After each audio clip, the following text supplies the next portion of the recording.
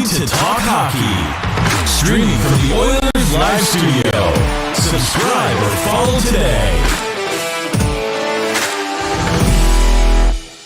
Hey, it's Michael here for another Tuesday edition of Oilers Live. I've got as my guest one of the co-hosts of Let's Go Blues Radio, longtime friend of Oilers Live and the Heavy Hockey Network, Mr. Jeff Ponder. Welcome to the show. Hey, Michael, good to be back. Thanks for having me. Yeah, it's great to have you. I mean, we've been doing this, you and I, having you on the show now probably, I don't know, maybe 3 or 4 times by now, but over 4 or 5 years, I want to say, right? Yeah, it's been a while. Trying to fix my camera here. Hopefully I No didn't problem. screw you up too much here. Yeah, no, it's always been we've been doing this for a couple of years. And I think I don't remember who had who on first, but do you remember? That's a great question. It's been a while now, so yeah, no, I don't remember. It's good. Yeah, I know it's been a while. We've had a nice long relationship here. You've come on my show a couple times. I've come on yours, and I think we've even had the other hosts on your show before. So always fun talking hockey with you. Yeah, it is great, and one of the things I mentioned it to you before we got online was since that time, and you and I, you did a little bit of a set in the off season, I want to say 3 or 4 years ago, where you were talking to podcasters around the league about, the connections between the St. Louis Blues and each team around the league. And there are very few teams as connected as the Edmonton Oilers and the St. Louis Blues. Yeah, I remember that show. That was one of my favorites, honestly, that I've ever done. It was just because you popped on and instantly, like, one of us brought up Grant Fuhr, and then the other one brought up Curtis Joseph. The other one brought up Fred Brathwaite, and we just kept going. And I'm like, we were like 30 minutes into the show, and I'm like, we haven't even really talked about anything. We've just been throwing names out there. Yeah, there are a lot of connections. And, I mean, it doesn't end, right? Yeah. As of today, the St. Louis Blues have signed a former Oiler and a former Oiler draft pick, Tyler Pitlick. Yep. Yeah, that's big news today. I think they knew I was coming on the show, so they're like, we got to give them something new to talk about. Something new to talk about. well, I mean, and just recent, of course, is getting Craig McTavish behind the bench as well. So, I mean, it just doesn't seem to end. No, it doesn't. David Perron just left the Blues, former Blue and Oiler as well. So, yeah, there's a lot between the two teams here, a lot of history. Craig McTavish, former player for the Blues as well, right. So already kind of a connection there. But, yeah, we love him as an assistant coach, and I think we'll see if you agree with this. I think he makes a better assistant coach than head coach because he's done a great job so far. I think the PK has been his thing, and they've looked pretty good to open the season. Yeah. I mean, and he's not in his prime anymore, right? But he's, as he showed when he was doing the broadcast, he's still got a hockey sense, obviously. I mean, you don't lose that. And he's a smart guy. He's, he's connected around the hockey world, obviously. I think it's a shame that he's that it took him a while to get back into the league, but glad to see him back there. I've got, of course, as an Oiler fan, I mean, we love Craig McTavish. He just so many good years with Edmonton, and then behind the bench, of course. And it's great. It's great to see him. I mean, obviously he's on the opposing team right now, but we'll take it. And glad to see him back behind there. Tyler Pitlick, what do you think about that signing? Well, I was going to ask you the same question, but I think as far as what we've seen from him in the preseason, he's already been traveling with the Blues all year. Buchnevich played in that first game for the Blues. Then it very strange, one of those strange hockey situations we hear about every now and then with teams where it was, he might play tonight, we'll see, and then no, he's not going to play next game. Okay, he might play tonight. We're hoping. The next day, he's on IR now. We have to sign somebody to take his spot. So it was just one of those weird things where it's like, okay, what's really going on here? But as far as Pitlick goes, he's not going to fill in for Buchnevich, obviously. but I think he allows like a Jake Neighbors to move up into a more of a top 6 role to fill in that spot. Plus, the Blues are out without Brandon Saad right now as well. So I think Pitlick, he's a guy that from what I saw in the preseason and what I've seen in his NHL days, great on the boards, guy that can help hem the other team in the zone. Not a tremendous scoring touch, but there is a little bit there. So I think in terms of the Blues' bottom 6, he adds an element that they need with a guy like a Neighbors moving up into a top 6 role. Yeah, I think you're not going to go wrong. The one thing that surprised me actually is I feel like Pitlick was drafted just last year, and to find out he's 30 years old was a little bit of a kick in the shins for me. Time can really kick you in the ass sometimes, can it? It sure can. Sure can. Yeah, and so the Butch Navich thing, it's official. He's gone on IR, right? I was trying to look. What's wrong? Because they talked that he was going to play, and do you know? There has been no word. All we've heard is upper body. Yeah. And there's nothing you can tell because he only played in the first game. There's nothing you can tell from that first game that leads you to believe that there was a one play that led to something. So you got to wonder if it's maybe something that kind of kicked him back a little bit in preseason, played the game, still felt soreness, and now they're just like, okay, you know what? Start of the year, the Blues are 3-1. Let's just throw him on IR. I'm pretty sure they did a retroactive thing, so he's actually available if they did that tomorrow, even though it was just announced today. So I don't think it's anything serious, but as far as I know, it's just a matter of, early in the season, teams looked okay. They had a rough game against Winnipeg, but as you know, had a great game on Saturday against the Oilers. Yeah. They're in a fine spot right now. Just let the guy rest and bring him back when he's ready. So I wanted to talk to you about this because, I look at the Blues. They've of course, they haven't played a ton of games yet, 4 games into the season. They've played a Seattle team, which, you don't expect much from. Columbus, the start of the season, with obviously some new talent up front and Johnny Gaudreau. And then you come in and you play the Oilers and then the Jets. You score 1 goal against the Oilers on a power play goal in the first. And then if you don't count the empty netter, you've gone, about 5 periods without scoring a goal. David Perron is no longer with the Blues. Is there any concern among the fan base? I know it's early, but any concern that goal scoring is going to be a challenge for this team? So I will tell you, if the question is there panic among the fan base, the answer is 100% yes. There are people that are concerned, and there was people that were just upset. David Perron was a fan favorite, and let's face it, when he signed here for the 3rd time after the Blues let him go in expansion to Vegas, that was right in a time, that was the same offseason that John Tavares was a free agent. And Andy Strickland flat out asked Tavares, would you be interested in coming to St. Louis? And he basically all but said no. Just said, want to play in a big market, not ready to move to an area like that type of wording. I can't remember exactly what the phrase was, but it made people say, oh no, we are Winnipeg. We are Arizona. We can't get free agents to come here.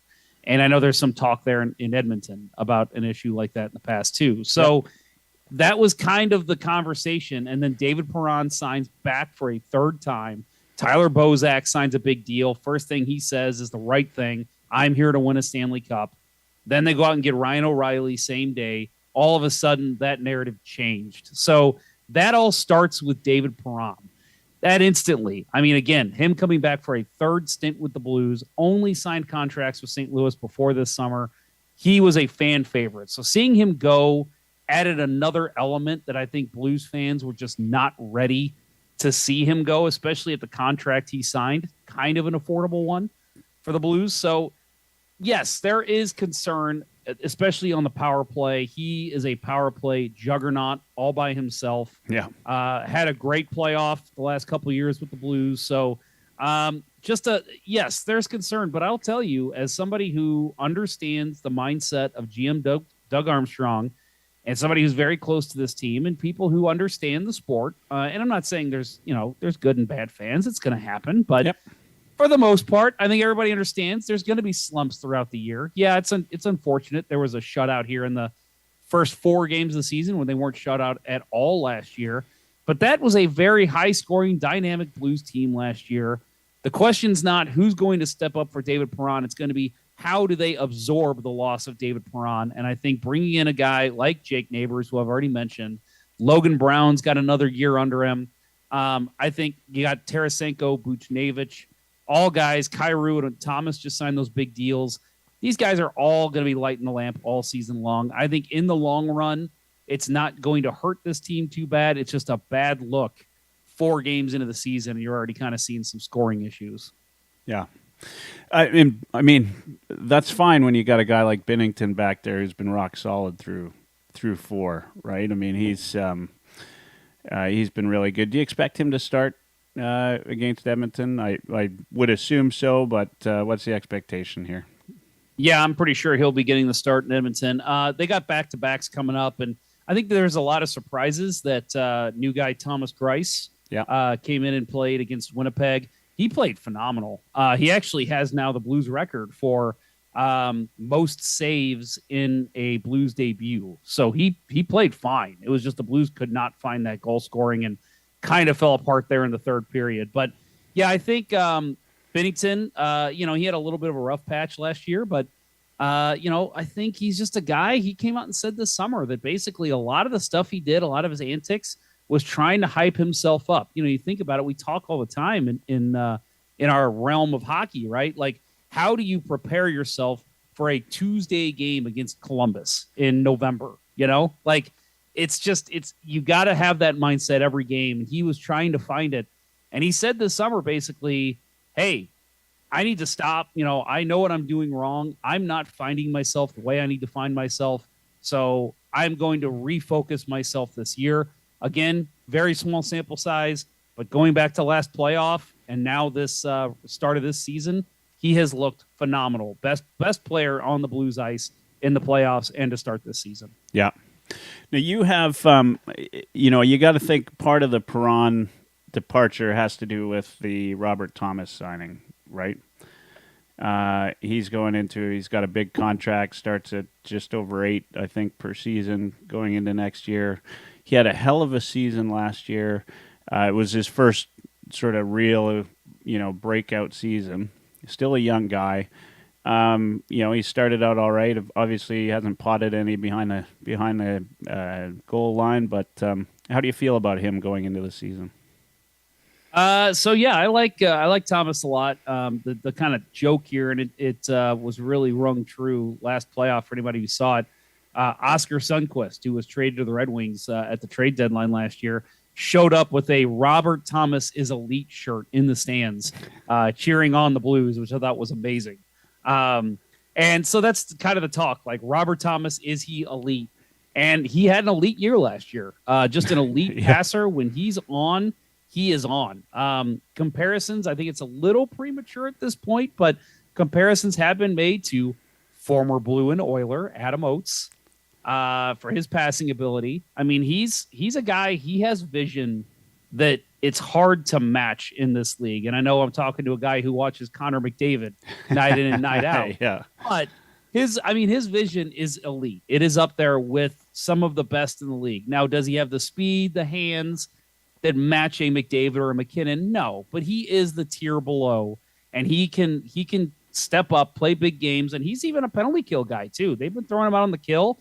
I think he's been a little suspect last year when he was out there a lot, but towards the end of the season and starting this year, he's looked great on the PK. And again, maybe some of that goes to Craig McTavish stepping in this year and helping out. But he's a guy that they trust and they believe in. And yeah, I think looking at the future of this team, they didn't want to, David Perron, as great as he's been as a Blue, he's aging. Time to kind of bring in that new core. And right now that's Kyrou and Thomas. And, surround them with the players. Like I said, I keep bringing his name up, but Jake Neighbors is somebody they're very excited about. And they want to try and get this youth movement a little bit of a jolt. And let's not forget, too, with the loss of David Perron, Vladimir Tarasenko and Ryan O'Reilly are free agents coming up this season. So, yes, there's talk the cap is going to go up, But at the same time, there's no way you can afford all three of those guys. So one of them had to go, and most likely even two of them are going to have to go. You can only have room to maybe take one. Yeah, so and that leads me maybe transition to another one. I mean, you've got O'Reilly, Tarasenko, Barbashev, Achari, Levo. All these guys are going into UFA years. What's the sort of overall feeling? Like, is Kyrou and Thomas? These are the two that are going to have to lead you through over the next 5 to 6 years, I guess. And is the fan base, are they comfortable with that? I mean, Doug Armstrong's now been there for, feels like forever. What? How many years? I think 12 years 12 years, yeah. So, I mean, is he, is the general consensus among the fan base pretty happy with what he's done? And do they feel comfortable with where the team's going from this year on? As far as the fan base goes, it's a little bit of a mixed bag. And I'll admit, before the Cup win, I was on the bandwagon of it's time to let him go and move on, because he did have some really bad signings. Yori Laterra, Steve Ott, even though he's been a great assistant coach for the Blues, that was a bad signing.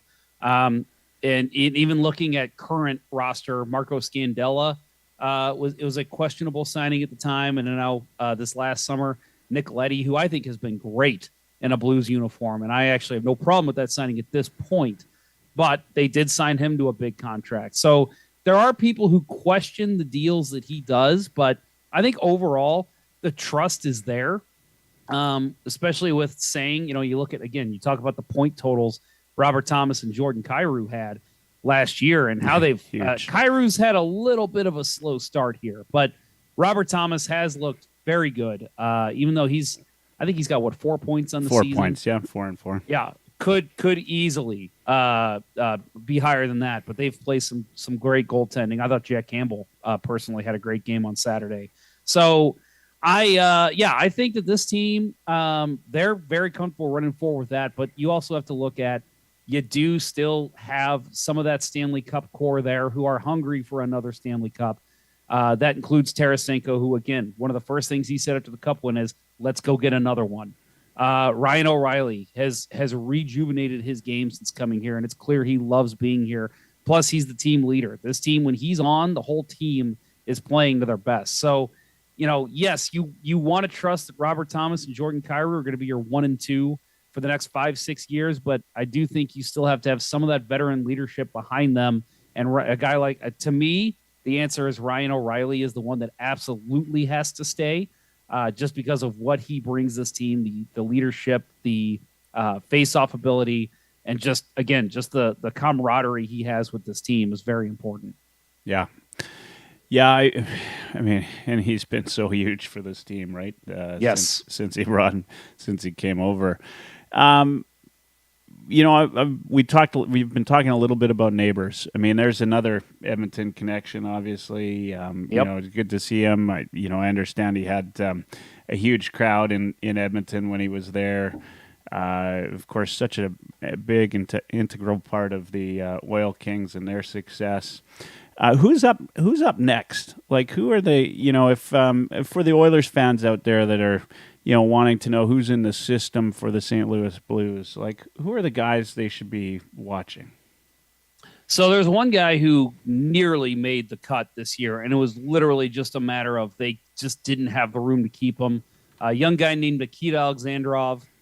He played a lot in the preseason. Craig Berube stressed how great he's been. And actually, I think that is a part of the reason that we saw Klim Kostin moved over to Edmonton, because he is comfortable saying, okay, this guy has passed Kostin on the depth chart.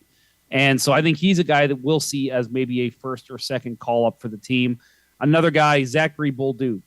He was the number 1 pick for the Blues last season. He had a great Traverse City camp over in Detroit or Michigan. Really one of the only bright spots of that team is the Blues got creamed almost every game. But he stepped in preseason and played great. So I think he's another guy that you might see either be a last cut or on the team coming into next season. So those are the two names that stand out. Defensively, they're kind of spare parts right now. They've got a couple guys in Matthew Kessel, He stepped into the Thunderbirds run in the AHL last year and was great. Scored a big goal for them. I believe it was the game winner in Game 1 of their Calder Cup final against Chicago. So he's a guy that's I think going to get a look at some point this season. But yeah, mostly, and then Joel Hofer in net too is another guy. We saw him play a little bit last year.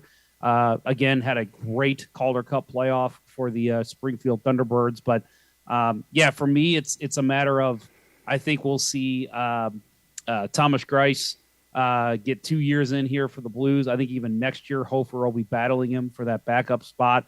And then I think you'll see Matthew Kessel maybe even make a step. And let's not forget, Scott Perunovich, injured right now, clearly would be on this roster right now. He would, at the very least, be a third pairing guy, probably even moving up into the second pairing.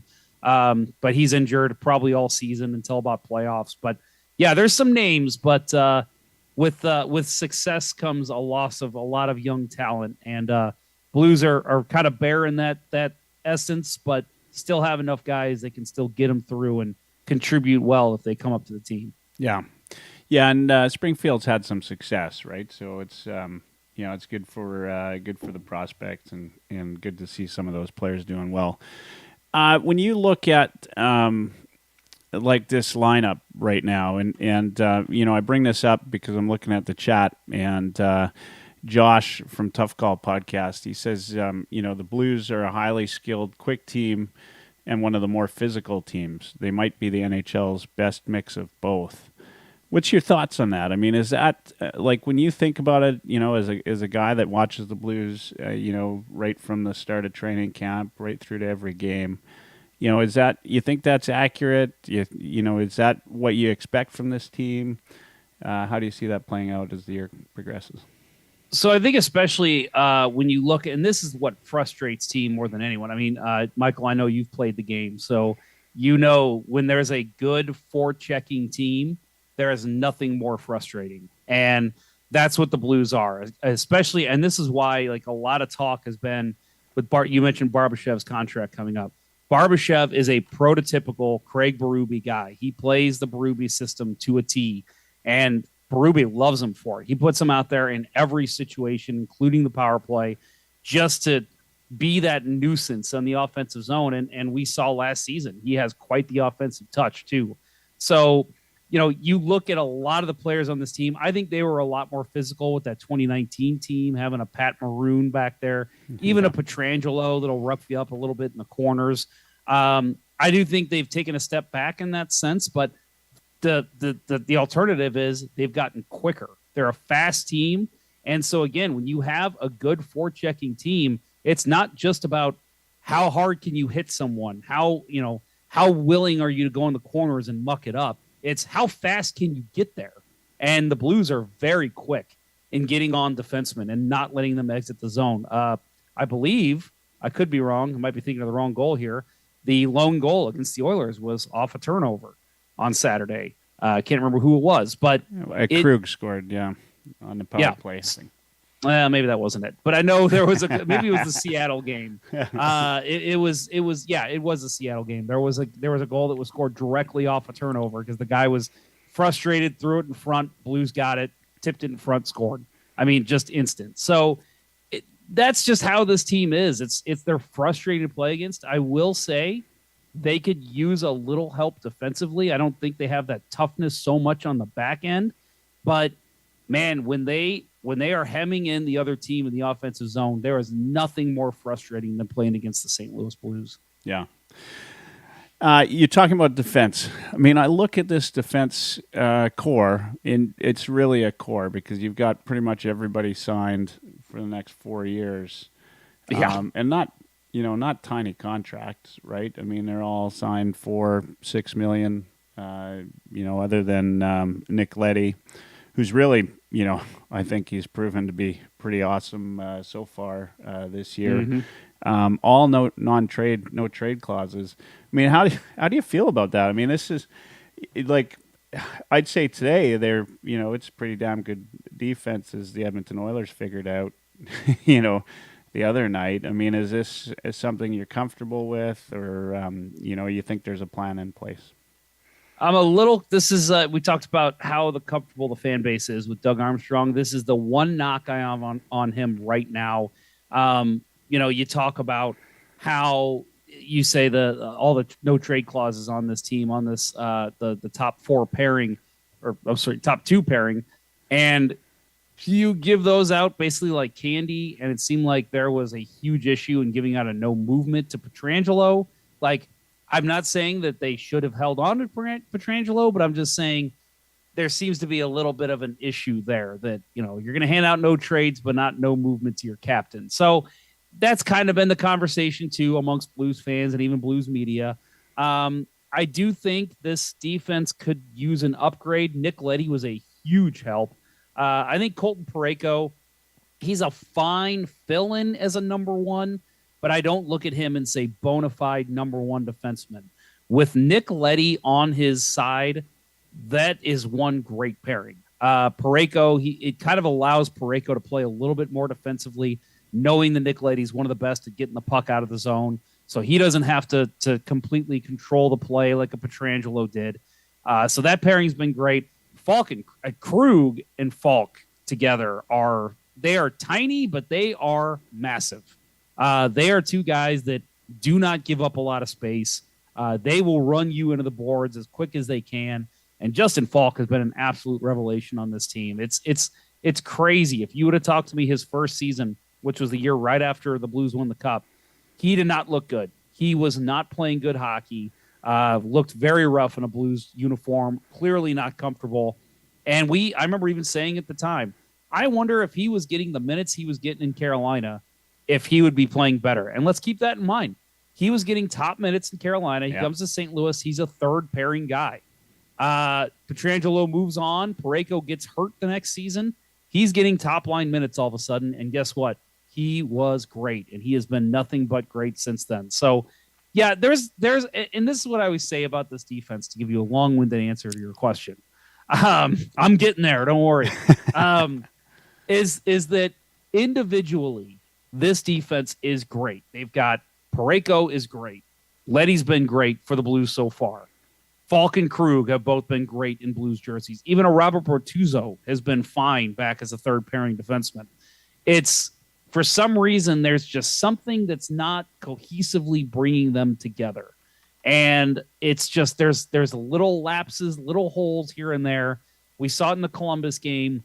They scored 2 goals to tie it in 18 seconds, clearly off a Blues defense that just did not understand the plays that that Columbus was making. And it just was kind of embarrassing. Then they come out, all of a sudden, they're a juggernaut in the third period. You can't even get a shot past them. So there's just some cohesive issues with this team working together. But I think overall, they have the pieces needed to be a cup contender again. They just need to be able to bring it all together and learn to play together a little better. Yeah. And I mean, it's got to be tough going up against Colorado in the playoffs year after year.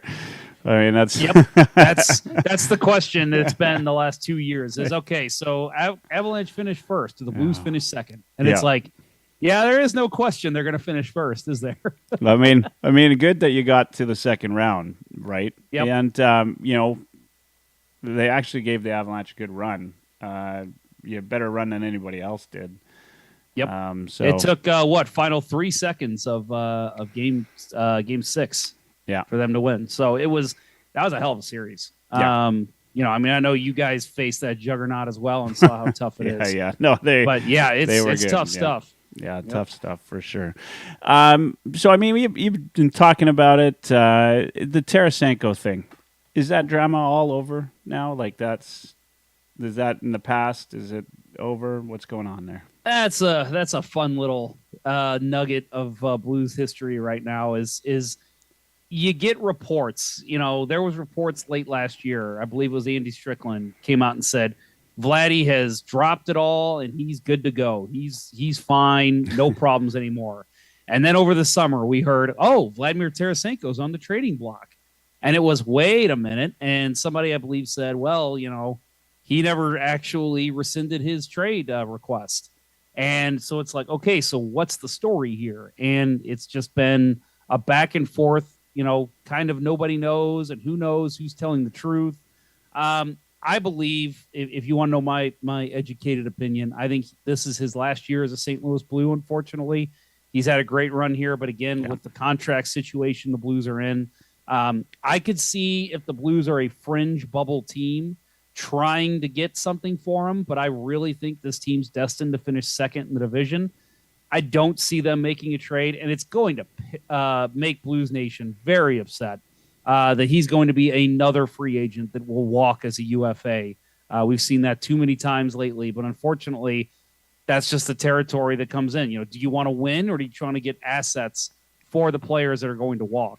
And the way that I look at it, and again, to bring up Columbus, I actually loved the way they went about it a couple years ago when they knew they were going to lose Bobrovsky.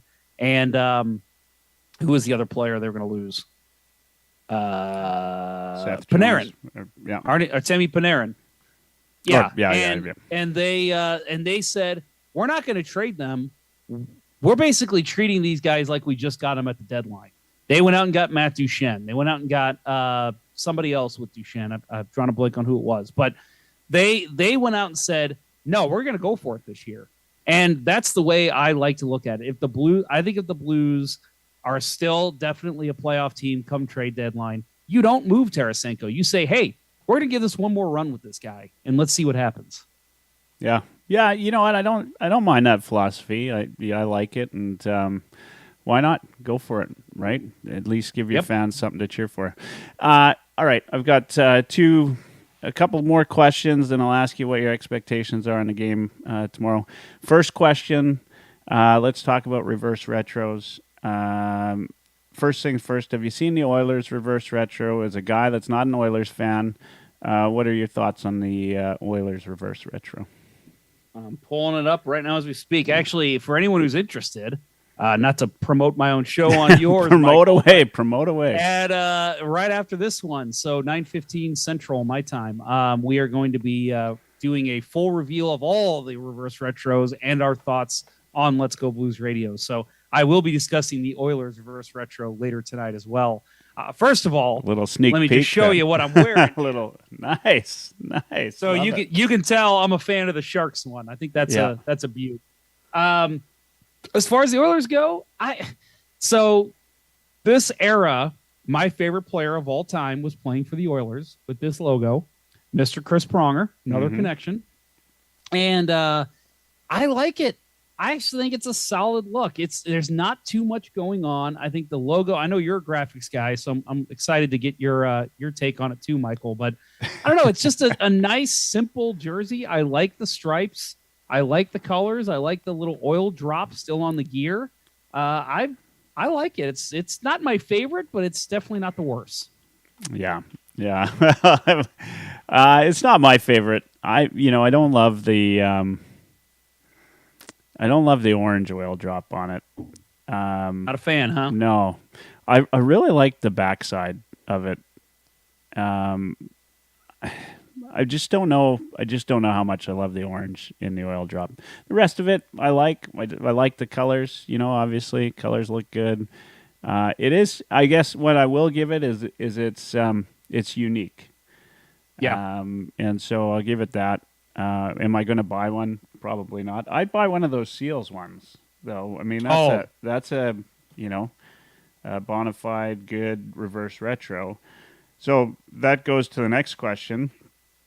St. Louis Blues reverse retro. Your thoughts on that one?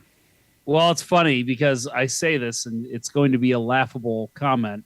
I do not like yellow jerseys. Says the guy wearing a yellow jersey.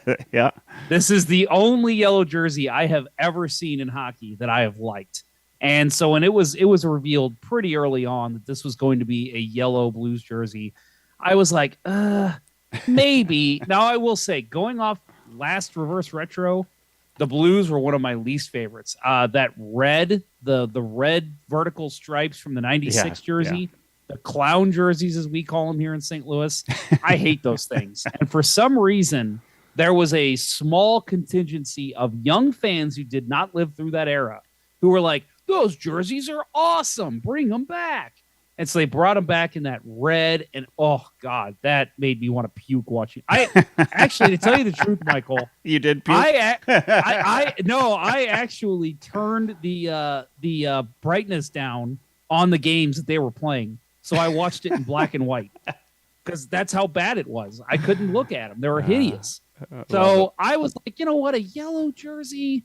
We'll see if it's done well. If it's more that gold color as opposed to like that Predators mustard yellow, I'm like, let's see. And you know what? I think they turned out great. I love them. Again, not one of my favorites, but I like they incorporated. So for those Oilers fans who may not know, that logo on the new Blues jersey is the original Blues logo. It was never actually appeared in a real jersey. It was the concept when they announced the Blues as the team name. They basically had a concept jersey that came out with it in the newspaper, and that was the logo. So it's actually pretty cool that they incorporated that finally after all these years in a Blues jersey. And like I said, I think it's a nice looking gold yellow. I think it'll look nice on the ice. I'm excited to see the full get up in the pants and the socks, but I'm a fan. I think it looks pretty good. What do you think? Yeah, you know what? I like it. I wasn't aware that was the original one. By the way, the Blues, for those Golden Knights fans out there, came into the league and made it to the Stanley Cup Finals 3 consecutive years when they made the league. And how many games did we win, Michael? Yeah, we won't talk about that. You had to win 8 to get there at the time. But that's right. You're up against 2 pretty good Canadiens teams and a Bruins team back then. But oh yeah, still pretty impressive. But also maybe for those of us that dislike the Vegas Golden Knights, I love the record with the Stanley Cup was many years after, of course, before the first one hit St. Louis. Unfortunate for the fans, but maybe that's a sign of things to come out in Vegas. We'll see. That was 2018 was pretty tough. That was the year they went against the Capitals, and I think they won the first game of that series, right? Yep. And we were all in St. Louis like, this brand new team won a Stanley Cup final game before the Blues did. Come on. So we were all very excited when they made the Cup final the next year. Like, thank God that's not going to haunt us for years. Well, you won the 4 games that mattered. That's right. That's all that matters. That's all that matters. Yeah, yeah. And I was cheering for you then, and it was great to see the Blues finally hoist the cup. And could happen, you're. Could happen again. That was something. So that was actually the summer that we had that series where I actually had a podcaster on from every single team. And that was what was most amazing to me. If you ever want to go back and listen to that series, folks, I don't know how much interested you are in the St. Louis Blues, but Let's Go Blues Radio. The series was called Behind Enemy Lines. It was the summer of 2019. We ran a different show every week with different podcasters. Obviously, the Oilers one, Michael was on. And just every show opening it up with, hey, man, really happy for you in St. Louis. You guys deserve it. So, like, to hear people from across the league, except for Boston, be excited and happy for us. It was a really cool because, I mean, it is one of those things. You hate to say it, but it's like a Cleveland Browns situation. Like, this team's never really had true success. So we've had some great players come through. We've even had some nice playoff runs, but nothing compares to getting to the Stanley Cup final and finally winning and doing it in 7 games, which was very exciting. Just can't put words to how amazing that was. Yeah, and it was phenomenal. It was a good run to watch. And as somebody even from the outside looking in, wishing that my Oilers would be there one day soon. It was great to see though, and good to see the fans get something to cheer for. I'm going to finish. There's 2 things I do. I always end my show. I realized over time, Jeff, that I was doing too much talking. And, I thought to myself, there's got to be a way to do it. And all the time I'd have people come on the show and they'd say, yeah, good night, Michael. And then I'd, pop in a good night, and I got the last word every single time. So much, maybe it wasn't a good idea, but it's been kind of fun. I let my guests have the last word, and they shut off the program for the night. And when you say good night, that's it. That's when I hit the off switch, and we go. And so far, nobody's taken terrible advantage of it. A couple people have said some jokes. I suppose I always have access to the mute button, so it's not too bad. um, but anyway, so long story short, I want to thank you for coming on the show tonight. It was great having you. I know you've got you and the guys are doing. For those of you that don't know, Jeff's co-host of Let's Go Blues Radio. They've been around since 2011. The original, one of the original NHL podcasts, if not the first one. You guys do absolutely phenomenal show. As you know, because you've seen me in the chat numerous times, I tune in from time to time, and for anybody who's a fan of hockey or just a fan of guys talking hockey, then please tune in to Let's Go Blues Radio. You can find them on YouTube. I'll let Jeff give you all the places that you can find them. Thank you again, and then thanks, as I always like to say, thanks to all the listeners tonight and every night that tune in to Heavy Hockey. Check out heavyhockey.com. Check out Oilers Live. All of the podcasts that we have, World Hockey Report and Paddle Down Podcast and 99 Forever Podcast, which, Jeff, you should listen to. It's Eric Friesen. He's a huge, as you can imagine, a huge Wayne Gretzky fan, so we share something there, of course. St. Louis Blues and the Oilers share the love of Gretzky, as everyone in the league does. So thanks, everybody, to that. I'll give you my thoughts on tomorrow night, how it's going to play down, and you can give your retort, if you will. And I won't have anything to say about it. I put myself on mute. There you go. Bite my tongue. I actually think the Oilers are going to come out a lot stronger than they did, a lot faster than they did against the Blues the other night. And I don't often call for Oilers wins, but I've got a good feeling about this one for Edmonton for a couple of reasons. I felt like I know it's hard to watch every team in the league, and if you got a chance to watch the Oilers game last night, where they played against a very tough Pittsburgh Penguins team, they woke up, and so far this year, that's kind of been what's been missing for the Oilers is they needed to wake up, and they've started to wake up. I don't know how much you've watched Leon Draisaitl play, but he's the kind of guy that when he gets extremely pissed off, watch out, because he is maybe one of the biggest difference makers in the league when he's pissed off.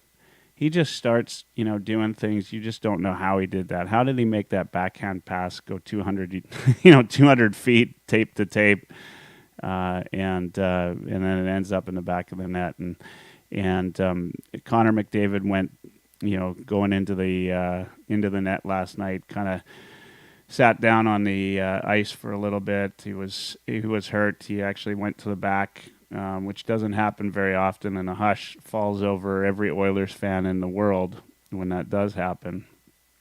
But it woke the team up, and so I think this is going to be a game that Connor McDavid's not held off the score sheet for 2 games very often. He was last night, despite the Oilers scoring 6.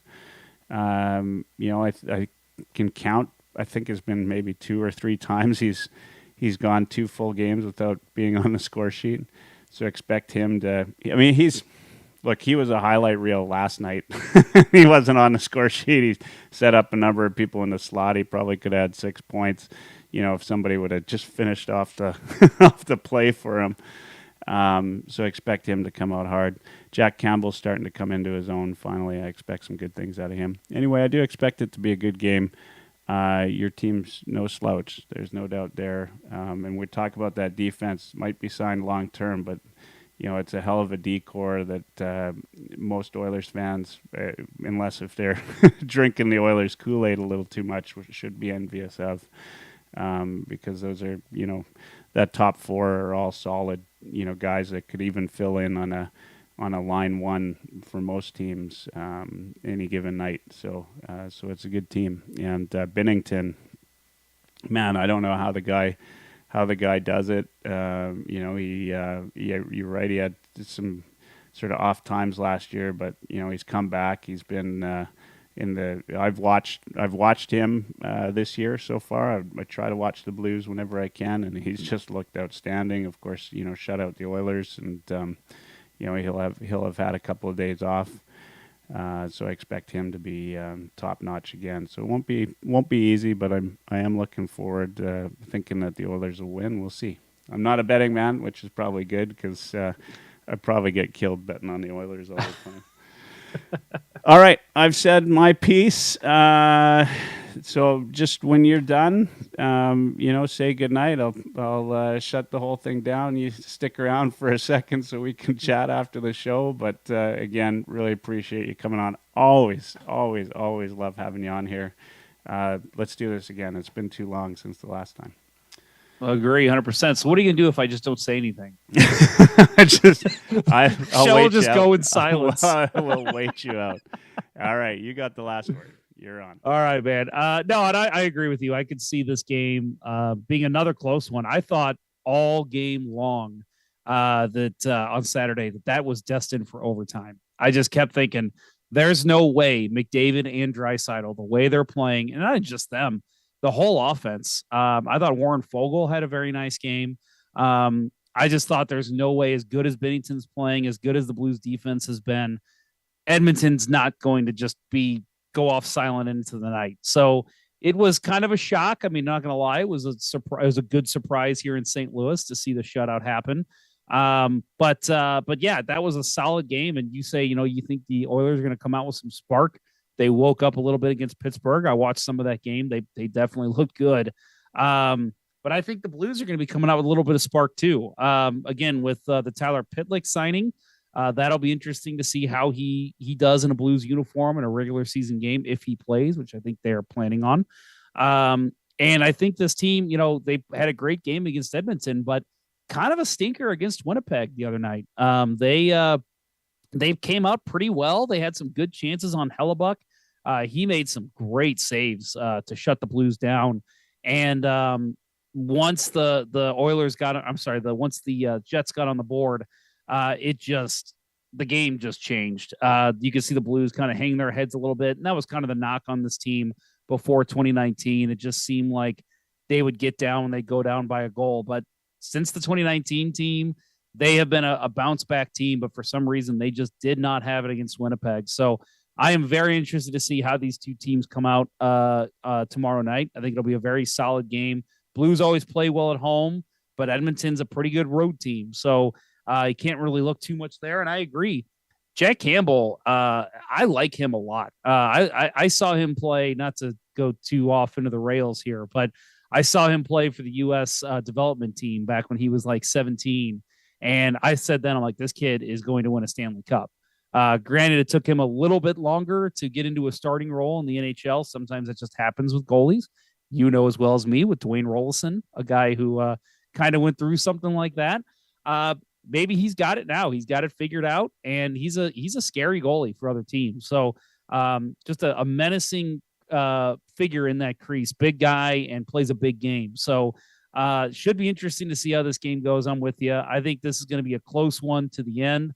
I don't see either team getting blown out, and very well could see overtime like I thought we'd see Saturday. So I am very excited for this game tomorrow night. So look forward to kind of chatting with you online, Michael, about it while it's going on. I want to thank you for having me on. Again, you said it. We've been on each other's shows a ton. We will probably be having you on again this season at some point. Just love talking with you. Your insight's great. You're a Canadian, so hockey. That's the way we look at it here in the U.S. And I'll add, by the way, for my friends in Canada who haven't noticed, purposely went and got myself a little Labatt Blue for this show. So that's what I've been sipping on throughout the conversation here with Michael. So, but yeah, thank you very much for coming on or for having me on. And again, if you want to follow Let's Go Blues Radio, if you're watching now and you want to get a little bit more hockey content, we're getting started here in about 20, 25 minutes maybe. over at, you can find us over at letsgoblues.com/radio, or you can just find us on Twitter at LGB Radio. We stream on Twitter now as well, so you can watch us there. YouTube, I believe it's youtube.com/LGB Radio. We're on Instagram, we're on Facebook. We stream everywhere. So if you have interest in watching our show, we're everywhere. Podcast available the next day. And we have a lot of fun. As Michael said, we talk hockey mostly. Obviously, we're a hockey show, but we have beers of the episode. Tonight, we're talking about retro jerseys. So we like to have fun, kind of mix it up a little bit. So if you're interested in checking us out, love to have you. Thank you, Oilers Nation. Just again, this is going to sound stupid coming from an American, but I just love Canada. My father-in-law said something about how for a business trip he's going to go up. He has to go up to Toronto, and he wants to take his grandson with him. And I'm like, well, if you're taking him, you got to take me too. Like, you can't go to Canada without me. Like, that's ridiculous. So I will be hopefully up in Canada, probably more on the East Coast, but very excited to go back to Canada. Love it. I always call it my unofficial homeland. That's where I belong. So thank you very much, Michael, and good night, Oilers Nation.